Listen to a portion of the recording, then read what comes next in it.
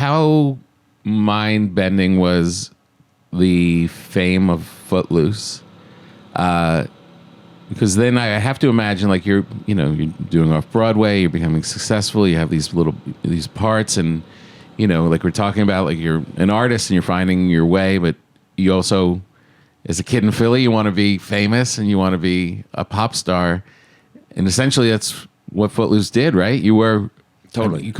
you were a pop star. I was a pop star, yeah. Yeah. I didn't like it.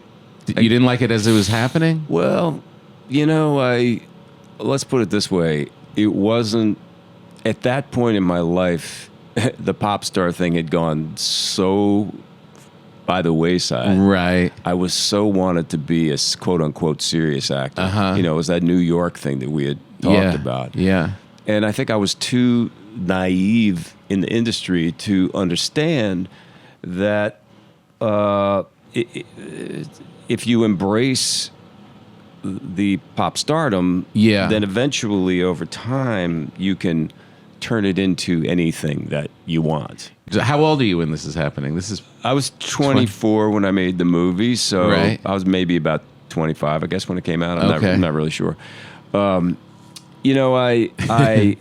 all of a sudden, like you said, there was this giant thing, and they're flying me, around the world to promote it, and it's all just, the it boy thing. Yeah, amazing. And I think that I wasn't comfortable with it. Like it wasn't what I was kind of looking for in some kind of way. So I think there was a period of self-sabotage. Oh, really? I resisted press opportunities, and I made choices that I thought were going to give me more edge, I guess, or something like that. Right. And then eventually, and so it was a lot of bombs after that, where I was, the star, where they would put me in movies where I was the star, and I wasn't making good choices. I don't think that the other thing about me is that I have been somebody that, for better or for worse, has not really been good at listening to advice or mentorship or trusting that anybody around me would know better than me what some good career decisions were. And and I always, from the very beginning, thought, I know exactly. I got this. You know what I mean? That was just the way I came up, or the way I was raised, or something. It was like a kind of a cockiness, and I really don't think that that's a very good way to go through life. I think the people that have been through things before, and you have people that advise you, and people understand an industry better than you do, and So any kind of advice or anything that anybody was getting, I was like, no, fuck you. I got this. And so, And the other thing I'd say about that level of fame is that you may want it, and you may have a taste of it, but you really don't know until you're actually in it what that actually feels like. What did it feel like? Like in the moment? Yeah. Like in the beginning when it was like overwhelming and freaky? And a little freaky. And now it's not freaky to me anymore, because this is what I do. Every day I wake up and, somebody says, hey, you step out of your partner in 6 degrees, cafe, you don't, whatever, it's like, I don't even... Yeah, it's not freaky now, because it's my life. It has been my life for 40 years. Right. So now it's not freaky. Now it would be freaky not to have that. So it was just it was. I mean, it's got to be so intense, because how famous were you before Footloose? Not famous. Not at all. No, I mean, I'd been I was in Diner, but Diner, again, another one of these movies that has a lot of love for it, but was not a hit when it came out. MGM didn't even really want to release it. Honestly. Wow. They just kind of dumped it. And it's so weird how these things happen, isn't it? It's like these things that are so great that and you're like, what do you mean It's a Wonderful Life didn't crush when it first came out? It's like, oh wow, I didn't even know that. Wow. it's Wow. like these things, but if they're good pieces of work, Yeah. they linger. Yeah. So I mean, I had experienced it. I mean, even when you're on the soaps, I mean, if you're walking around, people will say, hey, Tim, Right. you're Tim, right? No, I'm not. I'm Kevin. No, you're Tim. You should be nicer to your mother. Right. So it's kind of like it's small, knock around New York kind of fame. Yeah. And then all of a sudden you're in the stratosphere. Right. And did you have like a friend or were your brothers, or like was there anybody that was like you could be like, holy shit? I mean, you had to have been like some kind of fun involved. Oh right? yeah, no, there was fun. No, there was definitely fun. Yeah. I mean, I'm not. Listen, there's two kinds of actors: actors that want to be famous and liars. You definitely. Yeah. There were parts of it that I really liked. It was. Yeah. But it's also just kind of overwhelming. I mean, I flew out. This is the last time I was at the Oscars. It was in 1984 when the movie came out. Oh wow. I was asked to present, and somehow I ended up on a private plane that I'd never been on before with Liza Minnelli. And then Liza wanted to go to the Oscars with me, and when I was there, as I was coming on stage, I'm standing next to Cary Grant, who's telling me not to be nervous because Johnny Carson is nervous too. Johnny Carson was the host. Yeah. And I'm coming off stage, and Liza has grabbed Sammy Davis Jr., and Sammy is clapping for me. I mean, this is the kind of, like, it was It's confusing. bananas. Yeah. So yeah, I mean, Yeah. you can try to go, well, I got this, but no, I mean, I didn't. Yeah. It was overwhelming. Yeah. But man, so great. I mean, it turned 40 last year. That film. Footloose, yeah. Man, oh Yeah. man.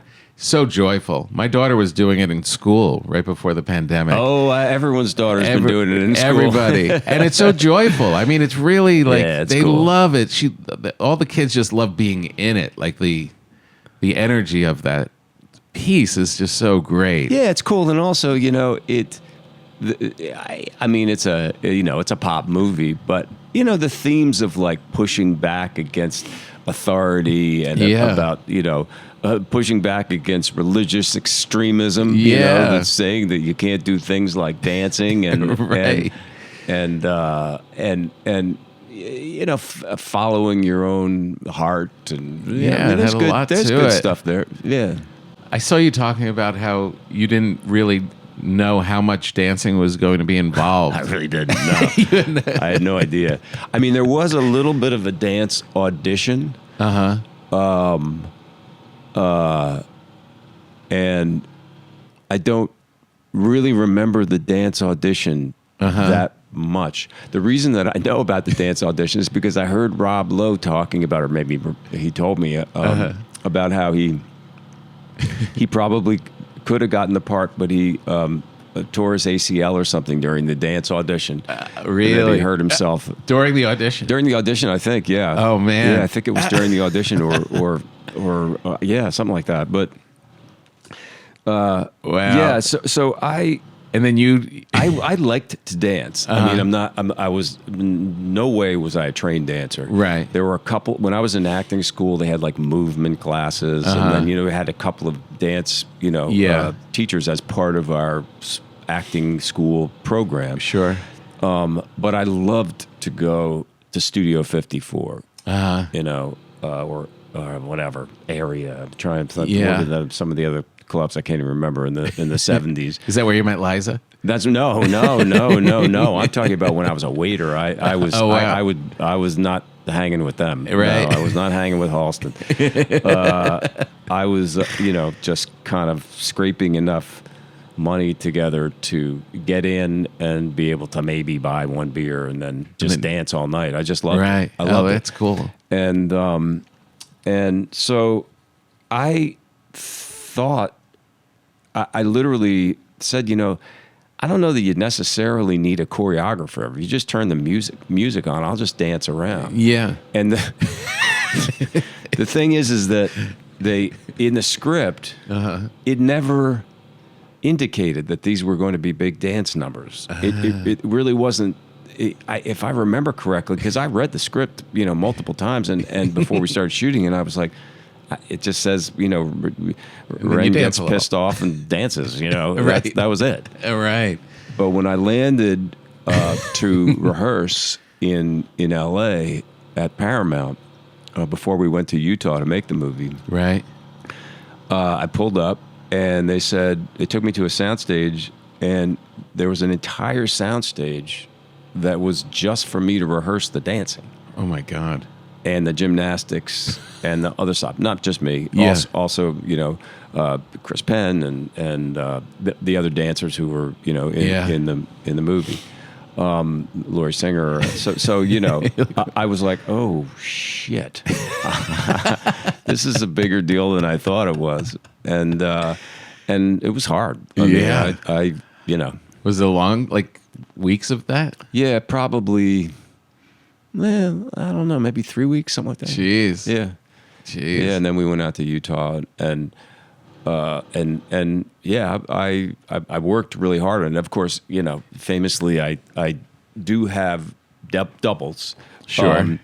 For a bunch of different things. They would get like a guy who could do a certain flip, but then the other guy couldn't do that, so we'd get another guy who. At one point, I was having such a crisis of confidence because, in the scene, I'm wearing pale blue tight, very tight jeans and a white tank top, and I walk on set and I see 5 guys that are all dressed exactly like that. I'm like, Jesus, what am I here for? Yeah, are they going to send me home? Yeah, they're going to get the stunt guy to start saying my lines now. Yeah. But that's, I've learned a lesson with that.